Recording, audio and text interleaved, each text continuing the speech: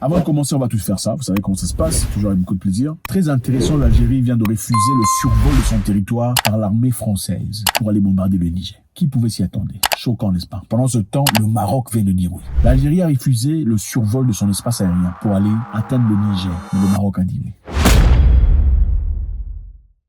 J'espère que vous allez bien, c'est toujours très palpitant de discuter, échanger avec vous. On va aller directement au but. La radio nationale algérienne a rapporté lundi que la France s'apprête à mettre à exécution ses menaces contre le Niger, en procédant à une intervention militaire au cas où le président Mohamed Bazoum ne serait pas libéré. La France s'apprête à une intervention militaire. On ne parle pas de la CEDEAO ici, la France. Au cas où le président Bazoum ne serait pas libéré, ils procéderont à l'exécution des menaces. Vous vous souvenez des menaces quand on disait Macron, tout celui qui menacera les intérêts de la France subira les conséquences les plus ridicules. Vous vous en souvenez, n'est-ce pas? Absolument. Inutile de se cacher, ils ont essayé de le faire ouvertement. L'intervention militaire serait imminente avec tout appareil militaire en place, a indiqué la radio nationale, ajoutant que l'Algérie, qui a toujours rejeté le recours à la force, a donné une réponse négative à la demande française du survol de son territoire national pour attaquer le Niger. La réponse d'Alger est ferme et sans équivoque. Oui. L'Algérie a refusé le survol de son territoire par l'armée française pour aller détruire le Niger. Face au refus de l'Algérie, la France a demandé au Maroc d'autoriser ses avions militaires à survoler son territoire. Et le Maroc a dit oui.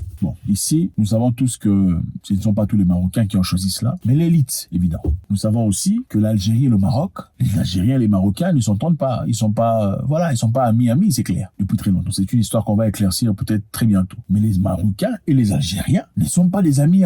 Donc l'Algérie refuse le survol de son territoire pour aller détruire le Niger, mais le Maroc accepte. Bon, nous allons pas oublier le fait ici, comme je le dis très souvent, ton frère n'est pas essentiellement celui qui est à côté de toi. Okay? Ils peuvent être les ennemis les plus ridicules, les ennemis les plus pointus, les plus méchants, les plus tordus, ceux qui veulent te détruire, peuvent être des gens les plus proches. C'est ça, malheureusement, la réalité du monde. Regardez ces personnes initiales qui voulaient la destruction du Niger. Qui sont-ils? C'est la CEDEAO, c'est le Sénégal, la Côte d'Ivoire, c'est tous ces gens-là, n'est-ce pas? Ce sont des gens qui nous ressemblent. Évidemment, ce ne sont pas tous les Sénégalais ou les Ivoiriens. Ce sont les Ivoiriens et Sénégalais qui sont à la tête de leur pays, qui veulent cette destruction totale et massive du peuple nigérien, qui cherchent clairement à s'épanouir, à se libérer des misères et des trières. On dit face au refus de l'Algérie, la France a demandé au Maroc d'autoriser ses avions militaires à survoler son territoire. Selon une source gouvernementale algérienne anonyme, Alger craint des répercussions comme un afflux de migrants sur son territoire. Évidemment, l'Algérie ne veut pas que les Nigériens quittent le Niger et partent en Algérie. C'est clair, quand il y a guerre, les gens fuient. Il n'y a pas de choix. Même les Nigériens qui n'ont pas envie de fuir seront obligés de fuir passer quelque part. Et cela créera un nouveau problème. Vous savez, il y a quelque temps, l'autre président, là, comment il s'appelle, tunisien, qui disait « on veut changer la démographie des chez moi ». Un écho à ces propos polémiques prononcés le 21 février.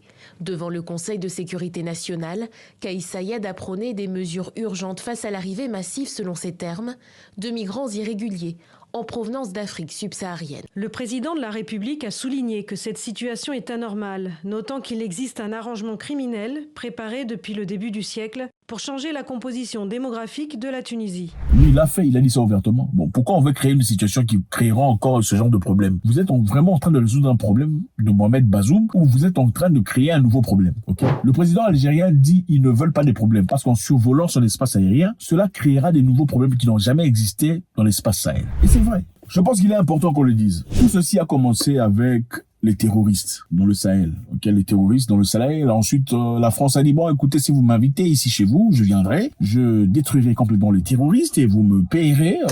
Ensuite, problème est fini. Mais malheureusement, depuis que les Français sont là, les militaires français, en tout cas, le terrorisme se finit pas, n'est-ce pas? Il n'y a pas de date finale de terrorisme. Bizarrement, les terroristes, apparemment, sont super armés. D'où ils tiennent-ils là? Les informations qu'ils ont, ils les ont d'où?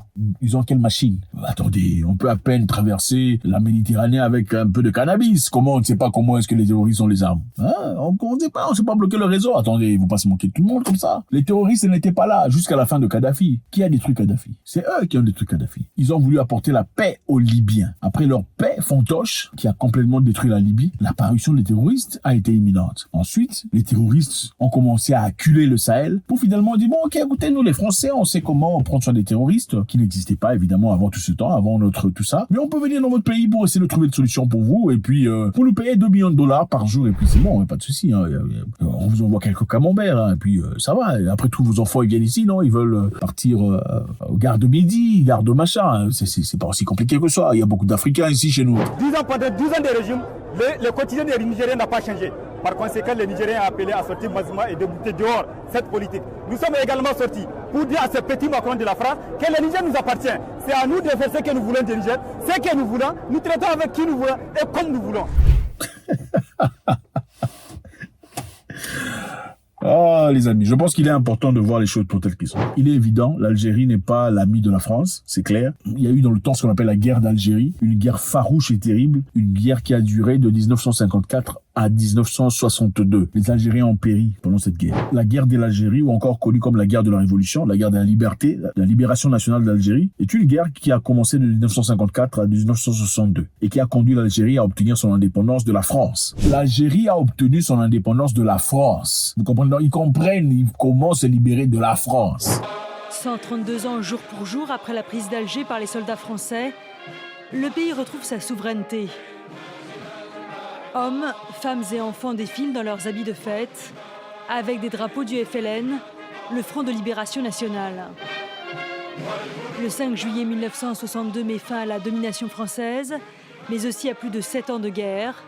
4 jours plus tôt, les électeurs d'Algérie votaient oui à l'autodétermination. Et alors ne permettra pas à ce que la France survole son espace aérien pour aller chercher encore des histoires où il faut trouver encore une libération contre la France. La guerre d'Algérie a causé entre 300 000 et 1 500 000 morts algériens. 1 500 000 morts algériens des mains de Français. Les crimes de guerre commis pendant la guerre comprenaient des massacres de civils, des viols, des tortures. Les Français ont détruit plus de 8000 villages. Pas 8000 personnes, 8000 villages les Français ont détruits et transféré plus de 2 millions d'Algériens dans des camps de concentration. Ils ont transféré plus de 2 millions d'Algériens dans les camps de concentration. C'est ça que la France a fait à l'Algérie. Donc ils connaissent très bien la France. On n'a rien à leur apprendre. Je pense qu'il est important de noter ici, ceux qui nous ressemblent ne sont pas essentiellement nos frères. Ton frère est seulement celui qui est prêt à périr à tes côtés. Ton frère est celui qui est prêt à te défendre en public et t'acculer en privé. Ton frère est celui qui est à tes côtés pour te soutenir, pour t'aider à avancer et progresser. Ton frère est seulement celui qui essaie de te protéger. Regardez nos frères afro. Voilà pourquoi les histoires des afro, moi je n'aime plus. C'est eux qui veulent attaquer. C'est eux qui veulent détruire. Ils font tout ça pour sauver M. Bazoum. M. Bazoum, évidemment, qui mérite toute la vie. Il mérite la paix et tout ça. Tout ça pour Bazoum au détriment de tous les Algériens. Donc on va noyer le Niger dans une guerre fatale où des millions de personnes risquent de perdre leur vie pour sauver M. Bazoum. Une seule personne. Est-ce que M. Bazoum ne peut pas avoir pitié de ses frères et dire non, ne faites pas ça? C'est choquant, c'est bouleversant, c'est étonnant. Quand est-ce que l'Africain va se réveiller? L'Africain, il se réveillera quand? L'Africain, il se réveillera quand pour comprendre qu'il est lui-même fossoyeur de sa propre destinée? Choquant, bouleversant, faites-moi savoir ce que vous en pensez. C'est toujours